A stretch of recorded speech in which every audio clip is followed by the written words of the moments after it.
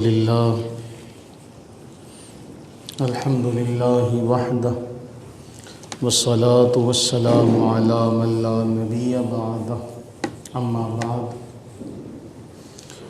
فأعوذ بالله من الشيطان الرجيم بسم الله الرحمن الرحيم وَإِذْ قَالَ لُقْمَانُ لِابْنِهِ وَهُوَ يَعِظُهُ يَا بُنَيَّ لَا تُشْرِكْ بِاللَّهِ إِنَّ الشِّرْكَ لَظُلْمٌ عَظِيمٌ صدق الله العلي العظيم وصدق رسوله النبي الكريم الأمين المكين ونحن على ذلك لمن الشاهدين والشاكرين قال الله تبارك وتعالى في القرآن المجيد والفرقان الحميد في شان حبيبه مخبرا وآمرا إن الله وملائكته يصلون على النبي يا أيها الذين آمنوا صلوا عليه وسلموا تسليما اللهم صل على سيدنا ومولانا محمد معدن الجود والكرم وعلى آله وأصحابه وبارك وسلم صلاة وسلاما عليك يا سيدي يا رسول الله وعلى آلك وأصحابك يا رحمة للعالمين بلغ العلا بكماله كشف الدجى بجماله حسنت جميع خصاله صلوا عليه وآله وأصحابه اللهم اشرح لي صدري ويسر لي أمري واحلل عقدة من لساني يفقهوا قولي سامعین ذی وقار، گزشتہ جمعے ہم نے حضرت سیدنا لقمان رحمہ اللہ وعلیہ السلام ان کے حوالے سے جو نصیحت آپ نے اپنے بیٹے کو ارشاد فرمائی، ہم وہ نصیحتیں پڑھ رہے تھے۔ اس حوالے سے پہلی نصیحت جس پر ہم تھے گزشتہ جمعے، اللہ رب العزت نے قرآن کریم میں بیان فرمایا وَإِذْ قَالَ لُقْمَانُ لِابْنِهِ وَهُوَ يَعِظُهُ يَا بُنَيَّ لَا تُشْرِكْ بِاللَّهِ إِنَّ الشِّرْكَ لَظُلْمٌ عَظِيمٌ۔ حضرت سیدنا لقمان اپنے بیٹے کو نصیحت کرتے ہیں، اور نصیحت کرتے ہوئے آپ نے فرمایا کہ اے میرے عزیز، اے میرے پیارے، یا بنیا، یا بنیا کا آپ ترجمہ اپنی زبان میں کچھ بھی کر سکتے ہیں۔ خاص طور پہ جو دادیاں اور نانیاں ہوتی ہیں وہ بڑے ہی پیار سے اپنے پوتے کا یا اپنے نواسے کا کوئی نام رکھتی ہیں۔ کوئی اپنے پوتے کو مکھن کہتی ہے، کوئی حاتم تائی، اور اس طرح کے جو القابات ہوتے ہیں۔ کسی زمانے میں ہمارے اسلاف اور ہمارے بزرگ کسی مشہور شخصیت پر اپنے بچے کا نام رکھنا پسند کرتے تھے۔ مجھے ان ساری باتوں سے پہلے ایک ٹیچر کا واقعہ جو اخبارات کی زینت بھی بنا، بات سے بات نکلتی ہے نا، وہ اخبارات میں بھی آیا اور کئی صحافی حضرات نے اسے اپنے کالم کی زینت بھی بنایا۔ وہ کہتے ہیں کہ میں اپنے بچوں کو جمع کر کے اپنے بچوں سے پوچھنے لگا، آپ بڑے ہو کے کیا بنو گے، آپ بڑے ہو کے کیا بنو گے، آپ بڑے ہو کے کیا بنو گے؟ تو مجھے کسی بچے نے کہا میں ڈاکٹر بنوں گا، میں انجینئر بنوں گا، میں فلاں بنوں گا، میں فلاں بنوں گا۔ تو ایک بچہ کہنے لگا میں صحابی بنوں گا۔ تو وہ استاد کہتے ہیں کہ میری آنکھوں میں آنسو آ گئے کہ بیٹے یہ تو وہ مقام و مرتبہ ہے جو کائنات میں اس جماعت کے علاوہ کسی اور کو نصیب نہیں ہو سکتا۔ لیکن اس ایک جملے نے مجھے اس بچے کی جو پچھلی تربیت تھی وہ ساری کی ساری میرے ذہن میں نقشہ گھما دیا. میں اس تحقیق اور جستجو میں لگا رہا تو پھر بات یہ کھلی کہ وہ اپنی دادی سے اپنی ماں سے سنتا کہ فلاں صحابی ایسے فلاں صحابی ایسے، ان کے بارے میں اللہ نے یہ بیان کیا، ان کے بارے میں اللہ نے یہ بیان کیا. تو وہ بچہ کہتا ہے مجھے سن سن کے اپنی دادی سے اپنی اماں سے سن کے مجھے بھی یہ خواہش پیدا ہوئی کہ میں بھی صحابی بنوں گا. تو ہمارے اسلاف میں ہماری مائیں بچوں کے نام ایسے رکھا کرتی تھی. اب حاتم طائی کسی زمانے میں آج بھی سخاوت کے اعتبار سے، اصل میں ہمارا جو بچپن تھا، ہمارے بچپن میں یہ واقعات، یہ کردار بڑے مشہور تھے. کیوں کہ ہمیں بڑوں نے سکھایا تھا، بتایا تھا. آج کے بچوں کو ڈوریمون کے علاوہ کسی چیز کا بھی علم نہیں ہے. انہیں کارٹونز کے علاوہ کسی بھی بات کا علم نہیں ہے. نہ ہمارے پاس ہی آج وقت ہے کہ ہم اپنے بچوں کو یہ کہانیاں سنا سکیں، بچوں کو یہ باتیں بتا سکیں. اور ہماری بدقسمتی کا پہلو ہے یہ کہ میں نے یہ بات اپنے درس میں بھی کہی، شاید آپ لوگوں سے پہلے بھی کر چکا ہوں، کہ میں بچوں کو بٹھا کے، اتوار کے دن ہمارا معمول ہی ہوتا ہے اور کوشش کی جاتی ہے کہ میں بچوں کو کچھ سکھا سکوں، ان کے ذریعے خود کچھ سیکھ سکوں، کہ انہیں اس انداز میں جو بچے پسند کرتے ہیں ان بچوں کے مرتبے پر آ کر انہیں وہ بتایا جائے، سمجھایا جائے. ایک بچے نے، میں نے ایک واقعہ سنایا، ایک حدیث سنائی. تو بچے نے یہاں جو ان کے استاذ ہیں ان سے پوچھا کہ بھائی وہ جو تہجد کا وقت ہے وہ کب ہوتا ہے؟ وہ چھوٹا سا بچہ ہے. اور میں نے یہ بات بتائی پھر، وہ بھائی وہ تہجد کا وقت کب ہوتا ہے؟ اس وقت قاری صاحب کہہ رہے تھے کہ جو دعا مانگو اللہ قبول کرتے ہیں، بلکہ وہ اس وقت اعلان کر رہے ہوتے ہیں کوئی ہے مانگنے والا. تو میں نے اپنے چچا کے لیے دعا کرنی. وہ بچے جب اس طرح کی باتیں سنتے ہیں وہ یاد رکھتے ہیں. تو ہمارے پاس آج وقت نہیں ہے کہ ہم اپنے بچوں کو ان بزرگوں کے، ان ہمارے جو ہیروز ہیں ان کے واقعات ہی سنا سکیں. حالانکہ ہمارے پاس ہماری تو تاریخ بھری پڑی. میری ایک بہت بڑے کہنے کے علمی اعتبار سے بڑی قدآور شخصیت ہے، دنیاوی اعتبار سے، ان سے بات ہوئی تو مجھے بڑی اس بات پہ شرمندگی سی محسوس ہوئی جب میں نے ان سے یہ بات کہی کہ جی آخر ہم اپنے اطراف میں دیکھیں، ہمارے اطراف میں جتنے ممالک ہیں ہمارے ارد گرد کے، وہ سارے کے سارے اپنے اسلاف کو، اپنے کلچر کو لے کے اور اس کے اوپر وہ کہانیاں اور فلمیں بنا رہے ہیں. وہ کہنے لگے جی ہمارا تو کلچر ہی نہیں ہے، ہمارا کلچر ہی نہیں. میں نے کہا ہمارا کلچر تو 1400 سال پہلے رسول اللہ علیہ السلام نے دے دیا تھا. ہم بن باپ کے نہیں ہیں،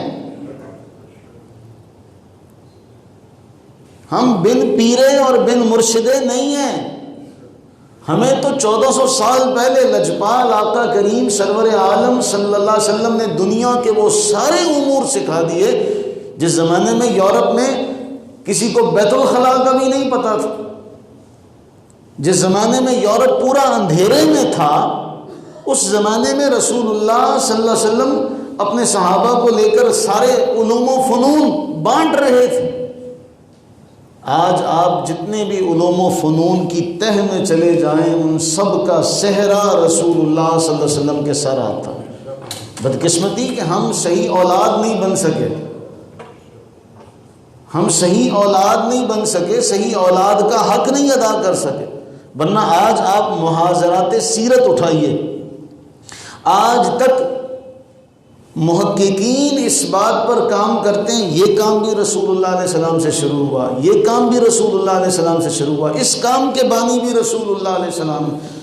آپ حیران ہو جائیں گے، کوئی ایک پہلو آپ کو ایسا نہیں ملے گا۔ تاریخ عالم اٹھا کے دیکھیے، ان کے لیڈر اور ان کے قائد، ان کے رہبر اور ہمارا قائد اور ہمارا لیڈر اور ہمارا رہبر کوئی تقابل ہی نہیں ہو سکتا۔ کوئی ایک چھوٹی سے چھوٹی چیز بھی آپ کو نہیں ملے گی جو آپ کہیں میں اسلام کی تعلیم میں تلاش کروں وہ نہ ملے، ایک بھی نہیں ہے۔ یہاں تک کہ ائمہ محدثین نے، امام اعظم ابو حنیفہ رحمہ اللہ نے ایک جماعت اسی لیے بٹھائی ہوئی تھی، فرض کرو اگر ایسا ہو جائے، اگر ایسا ہو جائے، اگر ایسا ہو جائے، اگر ایسا ہو جائے تو کیا جواب ہوگا، کیا جواب ہوگا، کیا جواب ہوگا۔ وہ فرض کر کر کے دنیا کے سامنے 10 لاکھ سے زیادہ مسائل ہیں جو آپ کی فقہی کمیٹی نے دنیا کے سامنے رکھے تھے کہ اگر یوں ہوا تو اس کا جواب یہ ہے، اگر یوں ہوا تو اس کا جواب یہ ہے۔ آپ ڈھونڈے سے بھی کوئی ایک مسئلہ بھی نہیں ڈھونڈ سکتے جس کا حل قرآن و سنت میں نہ ہو۔ ہم نہیں صحیح بیٹے بن سکے، ہم صحیح بیٹے نہیں بن سکے، ہم دنیا کو بتاتے، دنیا کے سامنے اپنا مقدمہ رکھتے کہ دیکھو جس کو ہم اپنا آقا کریم، جس کو ہم اپنا مرشد راہبر مانتے ہیں وہ ایسا ہے، اس نے تو ہمیں کوئی ایک چھوٹی سے چھوٹی چیز بھی نہیں چھوڑی جس کے بارے میں بتایا نہ ہو۔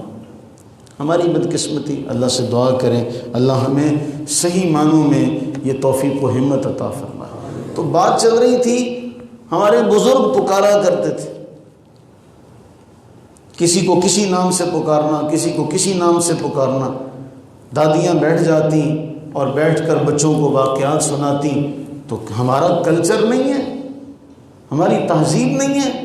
جو ایسا کہے کہ ہمارا کلچر نہیں ہے، ہماری تہذیب نہیں ہے، وہ بے بہرا ہے علم سے۔ ہمارا کلچر ہے، ہمارا کلچر یہ نہیں ہے جو ہم ہندوؤں کے ساتھ رہے۔ ہمارا کلچر تو کل مولود یولد علی الفطرہ فابواہ یہودانہ او ینصرانہ او یمجسانہ۔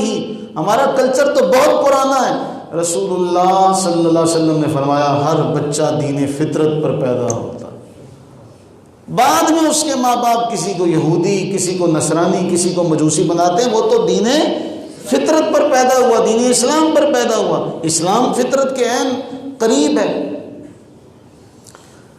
تو اب وہ معمول نہیں رہا۔ تو یا بنیا کا ترجمہ آپ اپنے اعتبار سے، اپنے پیار سے کچھ بھی کر لیں، آپ اپنے بیٹے کو آواز دیں اور ذہن میں یہ تصور رکھیں کہ لقمان اپنے بیٹے کو بلا رہے تھے اور رسول اللہ صلی اللہ علیہ وسلم نے یہ الفاظ فرمائے ہیں انس بن مالک رضی اللہ عنہ کو، یا بنیا۔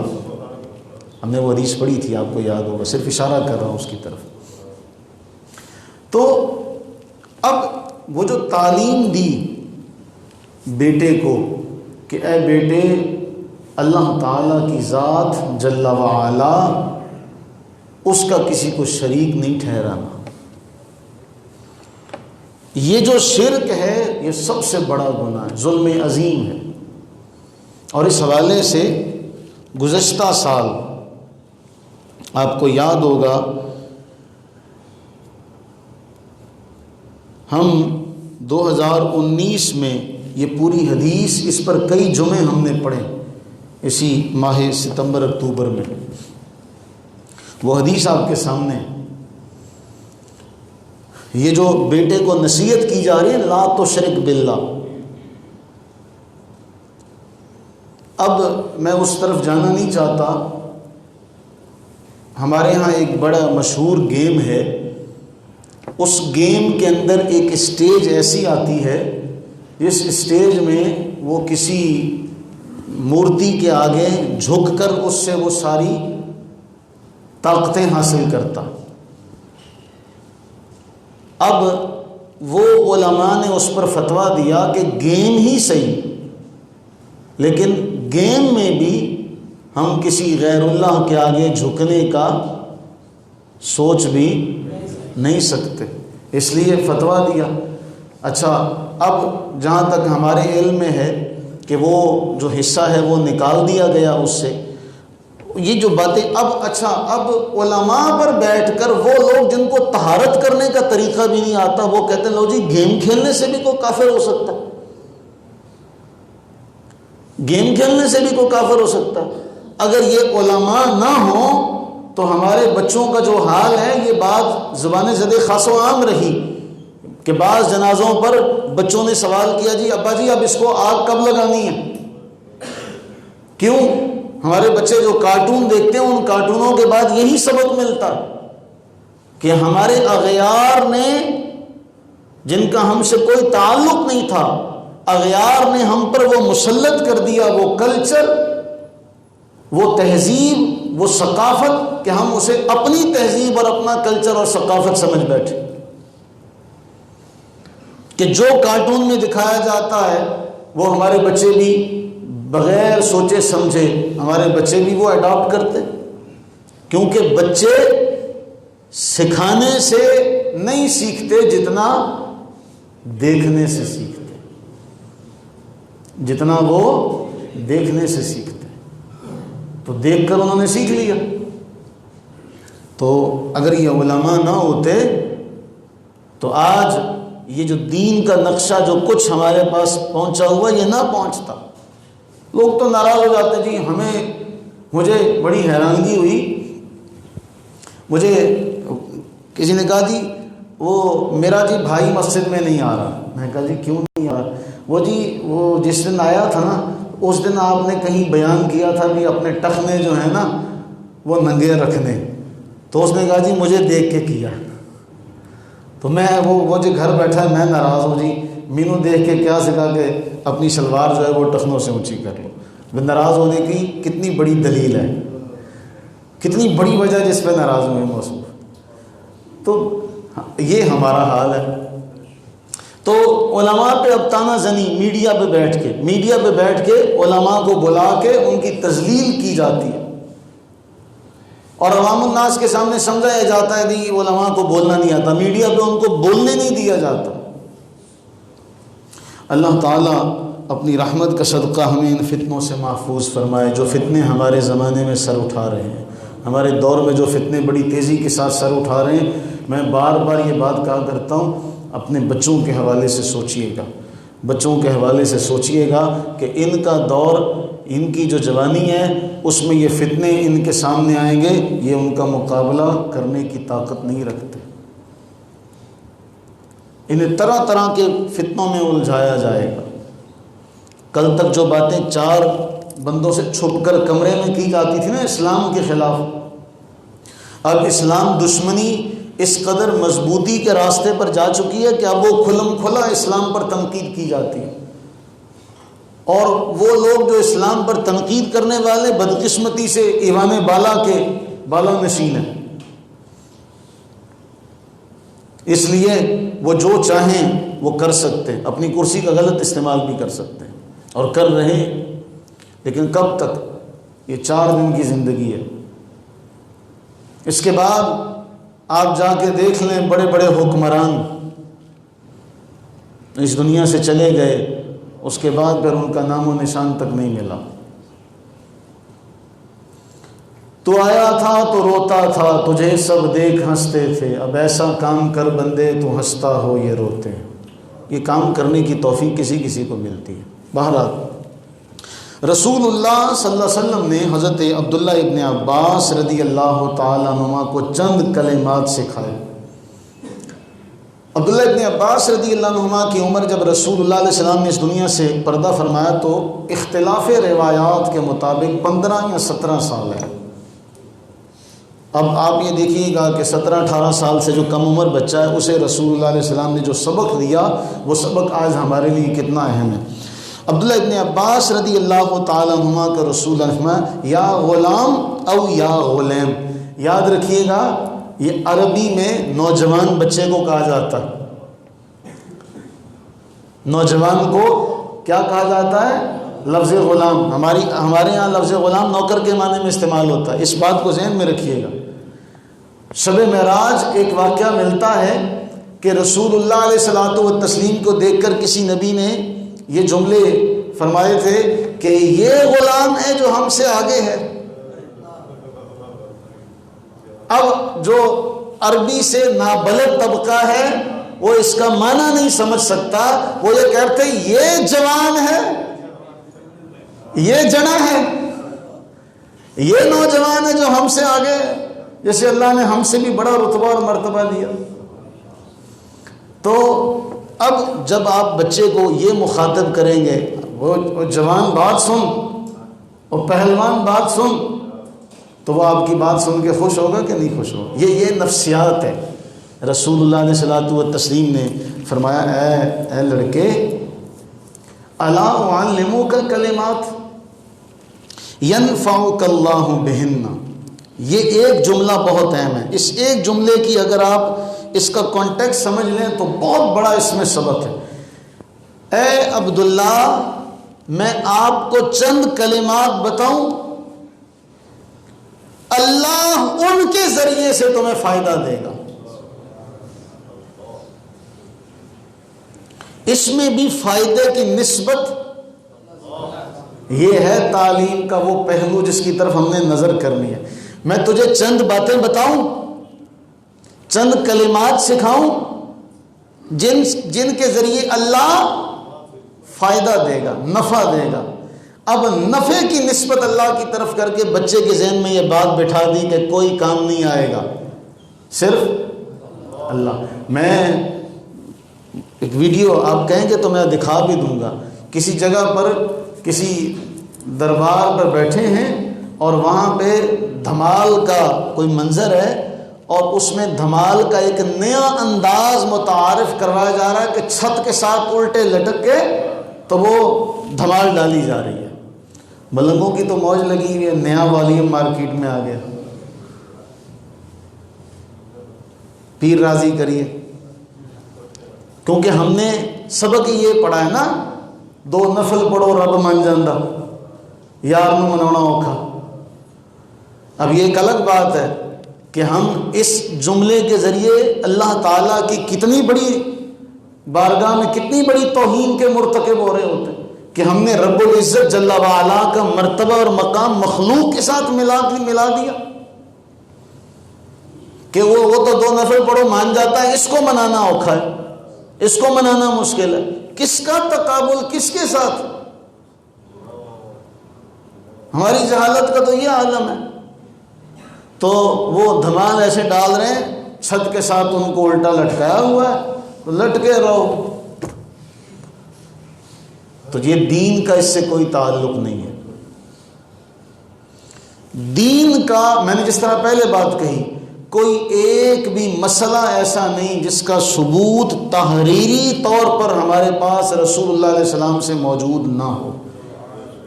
آپ کے صحابہ کے ذریعے سے، صحابہ کے شاگردوں اور ان کے شاگردوں کے ذریعے سے موجود نہ ہو، ایسی کوئی ایک بھی بات نہیں ہے. یہ سارا جھوٹ کا پلندہ ہے. اگر آپ پوچھ لیں وہ جی یہ دل کی بات ہے، حدیث دل ہے، اس کا مولویوں کو نہیں پتہ. جس کا مولویوں کو نہیں پتا وہ جنازہ پڑھانے، پھر وہ اس کا بڑے سے بڑے پیر کا ساری زندگی نماز نہ پڑھے، وہ کہے جی میری نماز قائم ہوئی ہے. اس کی جس کی ساری زندگی نمازیں قائم ہوئی رہی، وہ بھی پھر آ کے مولوی کے آگے پڑھا ہوتا، پڑھاؤ جنازہ.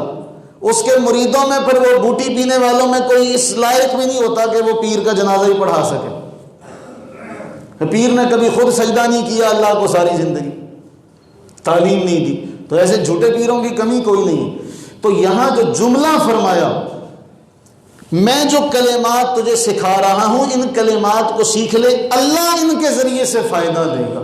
نسبت فائدے کی تعلیم کس نے دی؟ اللہ کے رسول صلی اللہ علیہ وسلم تعلیم دے رہے. فائدہ کون دے گا؟ اللہ دے گا. کلمات میں سکھا رہا ہوں، فائدہ اللہ نے دے گا. کلمات میں سکھا رہا ہوں. میں نے کہا تھا اس ایک جملے پہ رہیں، اس ایک جملے پہ رہیں، آپ کو ساری باتیں آپ کا حل ہو جائیں گی. کلمات میں سکھا رہا ہوں، فائدہ یہ ہے مالی دا کم پانی دینا، پر مشکاں لا پاوے. ہاں، مالی کا کام ہے پانی دینا، مالی صرف پانی دے سکتا. لیکن یہاں یہ بھی یاد رکھیے ایک آدمی زمین کو نرم کرتا رہے، اس میں گوڈی کرتا رہے، اس کو بالکل نرم کر دے، اس میں کھاد ڈالتا رہے، پانی ڈالتا رہے، اس میں بیج نہ بوئے تو فصل اگ جائے گی.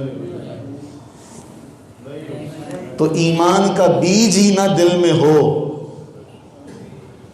ایمان کا بیج ہی دل میں نہ ہو تو بتاؤ کسی کام کا کوئی فائدہ؟ تو فرمایا اللہ تجھے فائدہ دے گا. اور جملے کیا تھے؟ احفظ اللہ یحفظک، احفظ اللہ تجدہ امامک.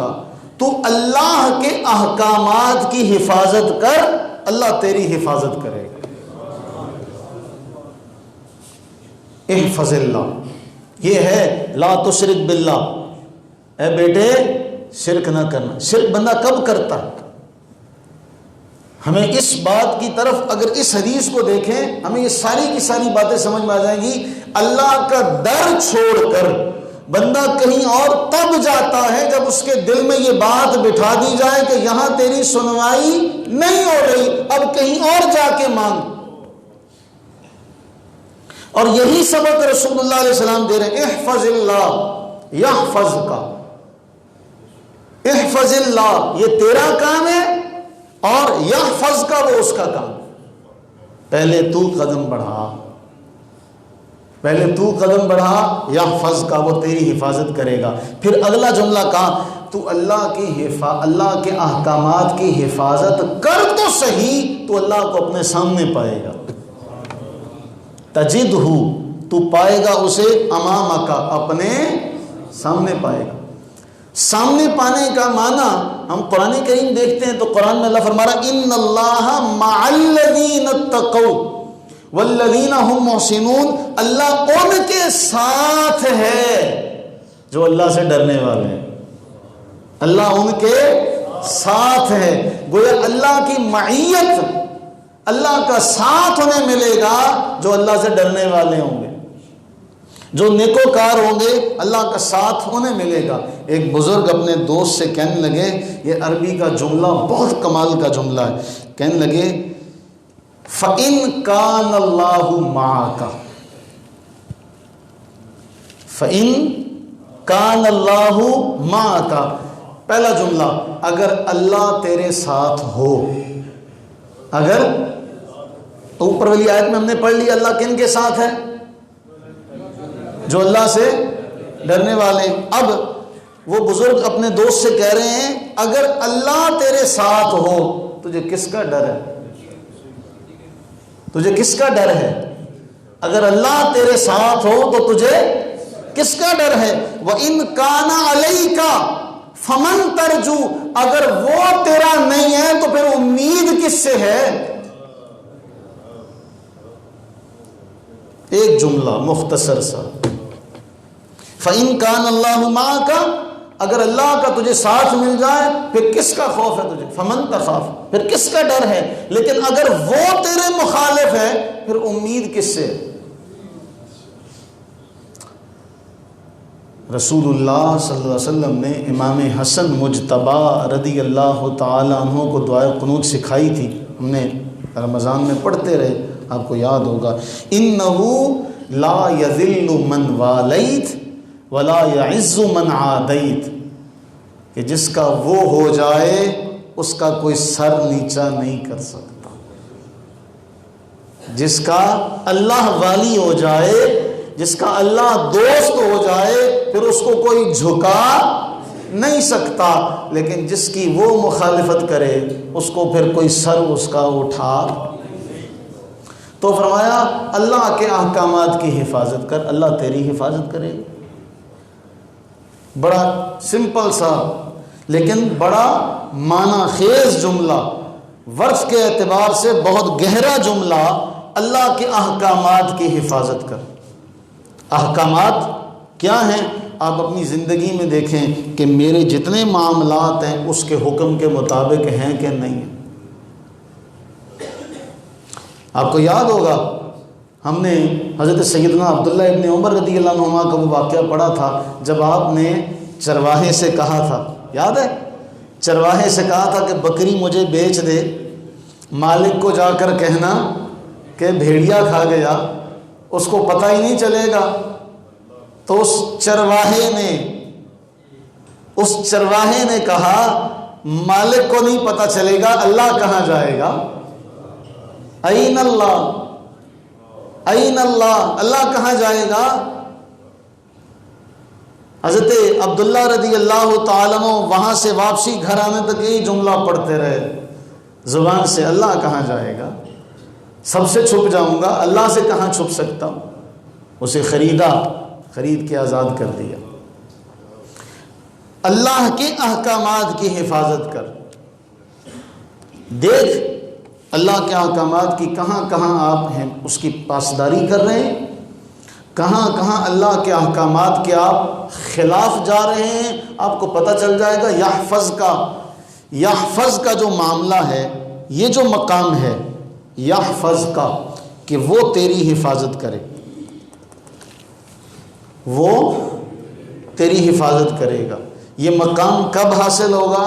جب پہلا جملہ مکمل ہوگا، احفظ اللہ،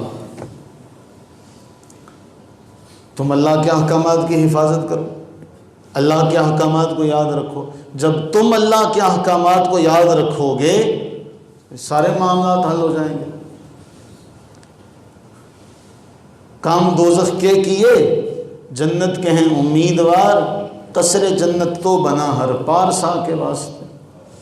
اور اس میں امام شعرانی رحمہ اللہ نے ایک واقعہ لکھا، میں وہ واقعہ آپ کی نظر کرتا چلوں۔ حضرت حارث محاسبی رحمہ اللہ، امام شعرانی لکھتے ہیں، امام شعرانی 973 ہجری میں ان کی وفات ہے، 973 ہجری۔ علماء تصوف کیا، امام شعرانی کا بہت بڑا نام ہے۔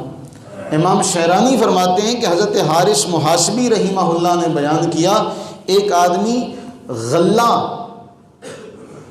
میں اس کو عام سے لفظوں میں کہتا ہوں، ایک آدمی غلہ تول کر دیا کرتا تھا، ماپ کر دیا کرتا تھا۔ اب وہ اپنا تولنے والا کام چھوڑ کے اللہ کی عبادت میں مشغول ہو گیا، اس کام کو اس نے چھوڑ دیا۔ امام شعرانی فرماتے ہیں جب وہ شخص فوت ہوا تو کسی نے اسے خواب میں دیکھا اور پوچھا ما فعل اللہ بک، اللہ نے تیرے ساتھ کیا معاملہ کیا؟ وہ کہنے لگا جس پیمانے میں، جس تکڑی میں، جس پیمانے میں میں تولا کرتا تھا اس میں کچھ لگ گئی مٹی، اس میں کچھ پڑ گئی گرد، میں نے اپنی لاپرواہی کی وجہ سے وہ گرد صاف نہ کی، اب جب بھی میں تولتا تو اس گرد کے برابر غلہ اگلے کو کم جاتا، اس قصور کی وجہ سے، اس غلطی کی وجہ سے میں اللہ کے غیظ و غضب میں گرفتار۔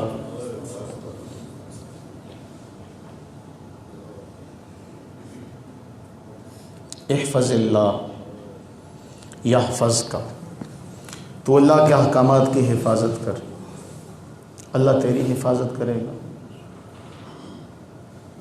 یہ ہمارا جبہ، قبہ، دستار، داڑھی، نمازیں یہ تب کام آئیں گی جب ہم نے کسی مخلوق خدا کے ساتھ دھوکہ نہیں کیا ہوگا۔ اگر ہم نے مخلوق خدا کے ساتھ دھوکہ کر بھی لیا، اس کو نہ بھی پتہ چلا، تو جس طرح ہمارا رب ہے اس کا بھی تو وہ رب ہے نا۔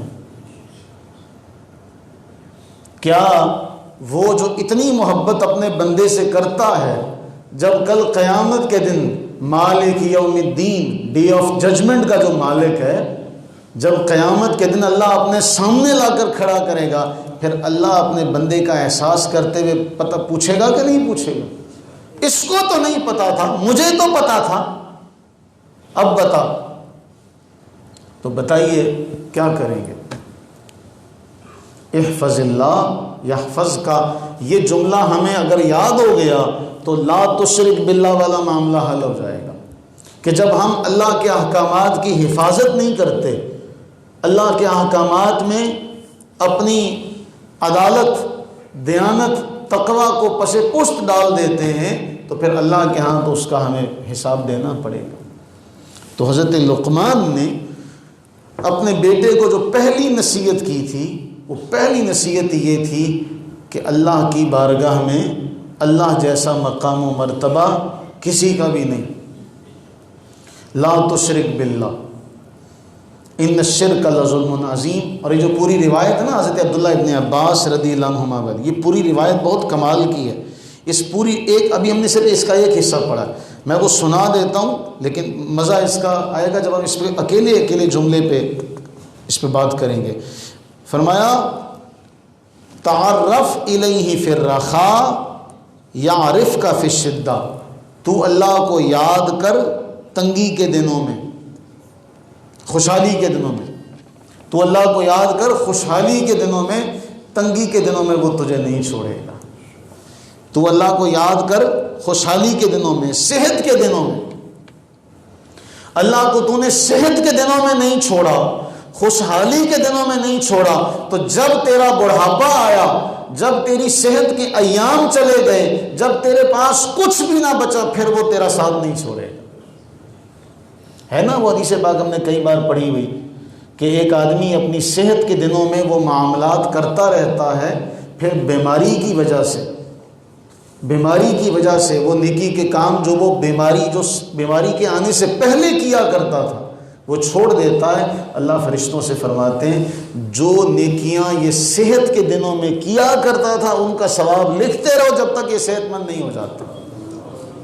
ایک آدمی جوانی میں روزے رکھتا رہا، اللہ سب کو محفوظ رکھے اپنی رحمت کا صدقہ، ہر بیماری سے، ہر بلا سے، ہر آفت سے محفوظ رکھے۔ ایک بندہ بیمار ہو جاتا ہے، اس بیماری کی وجہ سے وہ روزے نہیں رکھ سکتا، اس بیماری کی وجہ سے وہ سجدہ نہیں کر سکتا، اس بیماری کی وجہ سے وہ نماز نہیں پڑھ سکتا، تو اگر اس نے اپنی جوانی کے دنوں کو مزین کیا ہوگا، اللہ تعالیٰ فرشتوں سے فرمائیں گے اس کے لیے روزے کا ثواب لکھتے رہو۔ یہ بیماری نے اس کو روک لیا، ورنہ یہ دور رہنے والا نہیں تھا، اس کا ثواب لکھتے رہو۔ یہ سودا کیوں نہیں کرتے؟ یہ ہے احفظ اللہ یحفظک، اللہ کے احکامات کی حفاظت کرو، وہ کبھی ساتھ نہیں چھوڑے گا، وہ ہر مقام پر، ہر جگہ تمہاری حفاظت کرے گا، اور پھر تمہیں پتہ چلے گا کہ اللہ نے کہاں کہاں تمہیں نوازا۔ کوئی ایک جگہ ایسی سوچو جہاں اللہ نے تمہیں نوازا نہ ہو۔ اللہ تعالی ہم سب کو سمجھنے کی، عمل کی توفیق عطا فرمائے۔ ایک سوال کیا گیا ہے کہ باپ اور بھائی کی جو جائیداد ہے باپ کے نام ہے، اس میں بیٹی کا حصہ بنے گا یا نہیں بنے گا؟ میرے عزیز، ہمارے ہاں بدقسمتی سے ہم ان احکامات کے بارے میں جانتے نہیں ہیں۔ ہمارے استاد صاحب ایک جملہ فرماتے ہیں، وہ کہتے ہیں ہمیشہ بہنیں ہی حق معاف کرتی ہیں، یہ حق صرف بہنوں کی طرف سے ہی معاف ہوتا، کسی بھائی کو کوئی غیرت نہیں آئی کہ ہر بار یہ محبت جو ہے وہ بہنوں کے دل میں آتی ہے۔ سوال ہے نا کہ یہ محبت صرف بہنیں ہی کرتی ہیں کہ وہ اپنا حصہ بھائیوں کو دے دیتی، بھائیوں کو نہیں کبھی بھی ڈوب کے مرنے والی بات کہ ان کو کبھی نہیں یہ محبت ان کے دل میں جاگتی کہ وہ ہمیشہ بہنوں کے حصے پہ جب بھی مارتے ہیں مالی مارتے ہیں۔ اور یہ آپ کہیں گے تو اس پر بڑا مفصل فتویٰ ہے، میں اگر آپ کو دکھاؤں، اگر آپ کہیں گے تو میں اس کے حوالہ جات آپ کو سارے اگلے جمعے انشاءاللہ پیش کر دوں گا۔ علماء، بلکہ آج صبح بھی بات ہوئی تھی کہ اللہ کے نبی علیہ السلام نے تو یہاں تک ارشاد فرمایا کسی کے پاس کوئی وصیت والی کوئی چیز ہے نا تو 2 راتیں بھی اس کے لیے حلال نہیں ہے کہ وہ بغیر وصیت کیے گزارے۔ یہاں کہتا ہے کوئی نہیں، بعد میں خود ہی لیتے رہیں گے، یہ وہ برابر کا حصے دار ہوگا۔ اس کے جانے کے بعد اگر اسے پتہ ہے کہ میرے جانے کے بعد میری بیٹیوں کو حصہ نہیں ملے گا تو وہ برابر کا اس کی قبر جو ہوگی پھر وہاں پر اس کو حساب دینا پڑے. بیٹیوں کا حق نہ مارو. اب جو مسئلہ ہے یہاں پہ شرعی مسئلہ یہ ہے، شریعت کا حق معاف کرنے سے معاف نہیں ہوتا. بیٹی کو حصہ کس نے دیا؟ کس نے دیا؟ اونچی بول لو. کس نے دیا؟ اللہ نے. تو بیٹی معاف کرے، 100 بار کرے، 1,00,000 بار کرے، اس کے معاف کرنے سے وہ حصہ اس کا معاف نہیں ہوگا، وہ اس کا ہی رہے گا، کیونکہ اس کا تو حق ہی کوئی نہیں ہے معاف کرنے کا. سمجھو مسئلے کو. اور اگر معاف ہی کرنا ہے اس کو پہلے دو، اس کی ملکیت میں جائے، اس کا قبضہ ہو، پھر وہ اپنی مرضی سے دے. یہ ہے شریعت کا اصول. زبانی کلامی پھر تو حصہ ہی لینا، پھر تو حصہ ہی لینا، پھر تو حصہ ہی لینا. اچھا پھر اگلے جہان جا کے تو اس کا ہر ایک ہر ہے. گناہ کبیرہ ہے یہ. آج آپ کہتے ہیں نا جی باپ اور بھائی کی مشترکہ جائیداد تھی، اس میں بھائی بھی ساری زندگی لگے رہے، کماتے رہے، بناتے رہے، تو باپ کا پھر جو جائیداد جو حصہ باپ کا تھا پھر وہ کیوں بیٹے لیتے؟ وہ بھی بیٹی کو دو.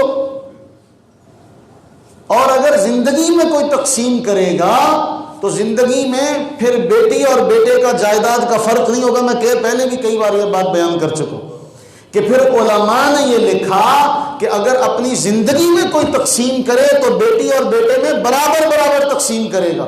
یہ مرنے کے بعد وراثت ہے کہ بیٹی کو بیٹے سے آدھا ملے گا، لیکن زندگی میں اگر دے تو بیٹی بیٹے کو برابر برابر دینا پڑے گا. علماء نے یہ بات بیان کی ہے.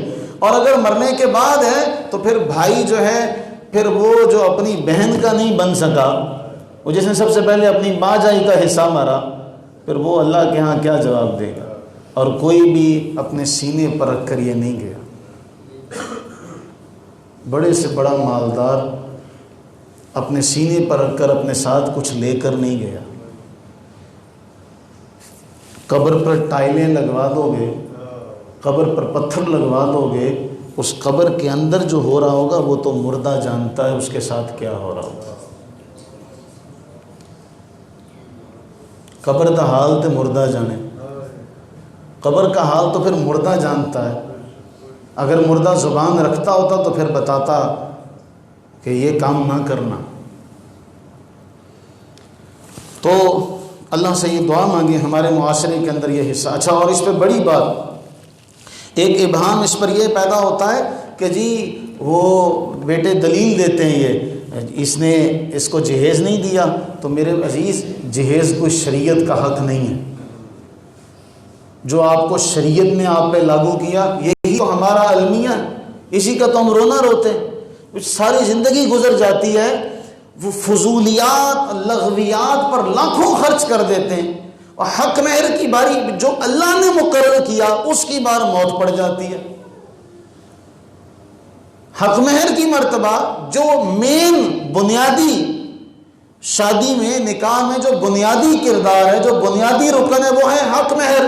جس کا ذکر اللہ نے قرآن میں کیا، وہ سلامیوں کا ذکر، باغ پکڑائی کا، سرما ڈلوائی کا، یہ تو ذکر کہیں بھی نہیں. یہ تو ہماری زمانے کی رسمیں، ان کے لیے ساری بیٹھکیں ہوتی ہیں. اچھا جی باغ پکڑائی اتنی دیں گے، دودھ پلائی اتنی دیں گے، فلاں اتنا دیں گے، فلاں اتنا دیں گے. وہ ساری رسموں پہ بحث ہو جاتی ہے. جو شریعت کا امور ہے نا بڑا پہاڑ ڈھا کے کہتے ہیں شرعی لکھو. مولوی نے پتہ لگ گیا کسے ہاتن تائی کا نکاح پڑھاؤن نہیں آیا، شرعی لکھو. مولوی نے کبھی سنیا نہیں ہے گا نا. مجھے ایک نکاح پر جانے کا اتفاق ہوا، میں نے کہا شرعی ہونا تو تمہاری نیندیں اڑ جائیں گی. ام حبیبہ رضی اللہ تعالیٰ کا حکم ہے شرعی وہاں سے شروع ہوتا ہے. شرعی وہاں سے شروع ہوتا ہے جہاں تم ہاں کرو گے، وہاں سے شروع ہوتا ہے. شریعت کی بات نہ کرو، شریعت کا مذاق نہ اڑاؤ. تو اگر تم جہیز میں لاکھوں دے دیتے ہو تو تم خود بھی تو دیکھو، تم نے بھی تو گاڑیاں موٹر سائیکل وغیرہ، تم بھی تو باپ کے پیسے پہ پیٹرول پھونکتے ہو. کبھی بیٹی نے کہا کہ جتنا جہیز مجھے دیا وہ تو ایک ہی بار دیا، اس نے جتنے گل چھڑے اڑائے؟ بات نکلی تو پھر بہت دور تک جائے گی۔ تو کبھی بہنیں ایسا پلٹ کے جواب نہیں دیتی کہ اس نے جو اتنی عیش و عشرت کی، اس نے جو اتنا کچھ کیا، وہ کیا کیا؟ اس کے بعد اچھا وہ سب کچھ کرنے اجاڑنے کے بعد اس کا پھر بھی وراثت میں حصہ، یہ سب کچھ کنج کے رکھتی رہے، سنبھال کے رکھتی رہے، یہ پھر بھی محروم۔ پھر ایک دن اللہ کے حضور جانا ہے، ایک دن اللہ کے حضور جانا، یہاں جیسے گزرتی ہے گزر جائے گی، یہاں کی کوئی نہیں، یہاں سب کی گزر گئی، امراء کی بھی گزر گئی، غرباء کی بھی گزر گئی، فقراء، مسکین، بادشاہ، سب کی گزر گئی، گزر رہی ہے۔ وقت کسی کے لیے نہیں رکا، نہ امیر کے لیے نہ غریب کے لیے، لیکن پھر اللہ کے حضور جب جائیں گے وہ حساب کتاب دیے بغیر بال برابر بھی ہل نہیں سکیں گے، پھر وہاں حساب ہوگا۔ تو اگر شرعی مسئلہ یہی ہے کہ اللہ کا حق بندے کے معاف کرنے سے معاف نہیں ہوتا، بندے کے معاف کرنے سے معاف نہیں، سمجھ لیجئے گا مسئلہ، سمجھ لیجئے گا۔ ہمارے ہاں تو الٹا ہے نا، بھلا کرو تو بھی نام آ جاتا ہے۔ وہ اب ہم نے درس تفسیر شروع کیا، اس میں مجھے کہا جی سنتیں نہیں پڑھنے دیتے، جی سنتیں نہیں پڑھنے دیتے، پہلے درس شروع کر دیتے ہیں۔ میرے بھائی بعد میں لگے رہو، کون منع کرتا تمہیں؟ کوئی منع کرتا ہے؟ تو یہ باتیں، یہ بجائے اس کے کہ تم شکر ادا کرو کہ اللہ کا کروڑہ مرتبہ احسان ہے کہ ہمیں اس عمر میں بھی اللہ نے قرآن کریم کی سیکھنے کی توفیق عطا کر دی، وہ شکر نہیں ادا کرنا اللہ کا تو گندی مکھی بننا ہے، شہد والی مکھی نہیں بننا۔ تو وہ گندی مکھی بن کے بات تو پھر بھی چلی جاتی ہے، تو وہ پھر بات سامنے دو بدو آگے بات کرنے کی ہمت پیدا کرو، دو بدو کرنی نہیں ہے۔ تو اس پہ بھی ڈر ہے کہ کوئی نہ کوئی بات ہوگی گھر جا کے، وہ پھر بات ہوگی تو جو گھر کے بڑے بڑے مفتی ہیں نا، وہ جو گھر کے بڑے بڑے مفتی ہیں، جب آج گھروں کو جائیں گے آپ لوگ، ان کے اوپر بھی بیٹھی ہیں نا ہماری بیٹیاں، اوپر بھی بیٹھی ہیں نا ہماری مائیں، جب گھروں کو جائیں گے تو پھر اگلا سوال ہوگا، تو پھر بڑا یا تے پرا رکھ لا یا دولت رکھ لا۔ بولے اللہ کے بندے تو کون ہوتا ہے؟ تو کون ہوتا ہے دینے والا؟ تجھے تو یہ اللہ نے مقرر کیا، تو کہتا ہے بھائی رکھ لے یا پیسے رکھ لے، پھر بعد میں جگہ جگہ پہ کہنا اس نے پرا چھاڑتا، دولت رکھ لی بھائی چھوڑ دیا، اس نے دولت رکھ لی بھائی چھوڑ دیا۔ تو بھائی کو جو چھوڑا تو بتاؤ وہ اللہ کی شریعت کے مخالفت میں چلا جائے پھر ٹھیک ہے، تو اگر معافی کروانا ہے تو پہلے اس کے قبضے میں دو، اس کو مالک بناؤ، اور اس کو مالک بنانے کے بعد ہم 97 میں جب ہم حفظ کیا کرتے تھے، ہمارے استاد صاحب نے کہا، ہمیں بچپن میں یہ بات سکھائی، کیا کرتے تھے سائیکلوں پہ ہم جاتے تھے، کسی نے سائیکل کسی کی اچھی دیکھ لی تو بچوں میں عادت ہوتی ہے یہ تیری دیکھ لی چلو بھی مجھے دے دے، تو استاد صاحب نے یہ کہا کہ اگر ناراضگی سے کوئی چیز تمہیں دیتا ہے نا، دل کی خوشی سے نہیں دے رہا، ناراضگی سے دے رہا ہے، تو تمہارے لیے یہ بھی چوری کے ضمن میں آئے گا۔ ہماری تعلیم اسلام کی یہ کہتی ہے کہ اگر آپ نے کسی سے کوئی چیز مانگی اور اس نے آپ کو ڈرتے ہوئے آپ کے شر سے بچنے کے لیے آپ کو وہ چیز دے دی، آپ کے لیے وہ حلال نہیں ہے، آپ کے لیے وہ چوری ہے، تو پھر بتاؤ تم نے مالک نہیں بنایا، اس کے ہاتھ میں پکڑاؤ، اس کے ہاتھ میں دو، اس کو کلی اختیار دو، اس کو مالک بناؤ، پھر کہے ہاں بھی اب تو کس کو دیتی ہے، پھر تو بات بھی ہوئی۔ تو دعا کی جا سکتی ہے۔ میں آخر میں میں نے صبح کے درس میں ایک بات کہی تھی، دوبارہ وہ بات دہراتا چلوں۔ مجھے ایک بزرگ بتا رہے تھے، ہمارے علاقے کی ایک بہت نیک خاتون ہے، وہ کہتی ہیں کہ خواب میں ان کی والدہ یا ان کی بہن نے آ کے انہیں کہا، پنجابی میں کہا، چونکہ مجھے بتایا انہوں نے پنجابی میں تھا، کہ ایتھے دے کم ایتھے نبیڑ کے آئیں، ایتھے صاحب بڑا اوکھا ہوں۔ نام لے کے کہا نیتی ہے ایتھے دے معاملات ایتھے نبیڑ کے آئیں، ایتھے صاحب بڑا اوکھا ہوں، ایتھے جان بڑی اوکھی چھوٹ دی، اب یہاں کے معاملات یہاں مکمل کر کے جاؤ، اگلے جہان نیکیاں دو گے گناہ لو گے، فیصلہ آپ کے اوپر ہے۔ اللہ تعالی ہم سب پر اپنی رحمتیں برکتیں نازل فرمائے، آمین ثم آمین، وما علینا